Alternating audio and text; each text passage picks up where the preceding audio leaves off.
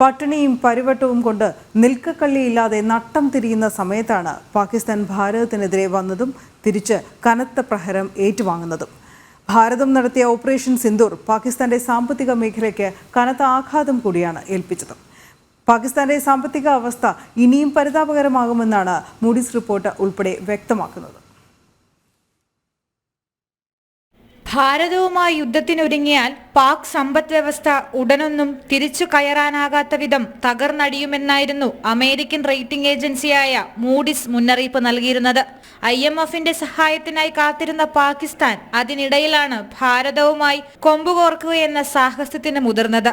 Covid പ്രതിസന്ധിയും രാജ്യത്തെ രാഷ്ട്രീയ അനിശ്ചിതത്വവും തകർത്തെറിഞ്ഞ പാക് സാമ്പത്തിക മേഖലയ്ക്ക് ഓപ്പറേഷൻ സിന്ദൂറിലൂടെ ഭാരതം നൽകിയ തിരിച്ചടി താങ്ങാവുന്നതിലും അപ്പുറമാണെന്നാണ് വിലയിരുത്തൽ.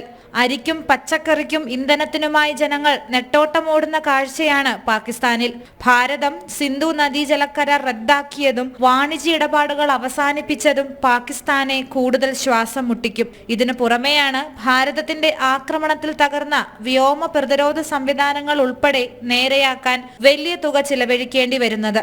സ്റ്റോക്ക്ഹോം ഇന്റർനാഷണൽ പീസ് റിസർച്ച് ഇൻസ്റ്റിറ്റ്യൂട്ടിന്റെ കണക്ക് പ്രകാരം 2024 $11 ബില്യൺ സൈനിക ചെലവിനായി പാകിസ്ഥാൻ വിനിയോഗിച്ചത്. സാമ്പത്തിക നില വഷളാകുന്നതും വിദേശ കടം പെരുകുന്നതും ഈ തുക ഉയരാൻ കാരണമാകും. ഭാരതത്തിന് പാകിസ്ഥാന്റെ 8 മടങ്ങ് സൈനിക ചെലവ് ഉണ്ടെങ്കിലും സമ്പദ് വ്യവസ്ഥയുടെ വളർച്ചയാണ് രാജ്യത്തിന് ഗുണമാകുന്ന ഘടകം. വർഷങ്ങളായി ചൈന, സൗദി അറേബ്യ, ഖത്തർ തുടങ്ങിയ രാജ്യങ്ങളുടെയും ലോകബാങ്ക്, IMF ഉൾപ്പെടെയുള്ള ഏജൻസികളുടെയും സാമ്പത്തിക സഹായം ആശ്രയിച്ചാണ് പാകിസ്ഥാന്റെ അതിജീവനം. 2024 കണക്ക് പ്രകാരം $130 ബില്യൺ പാകിസ്ഥാന്റെ വിദേശ കടം.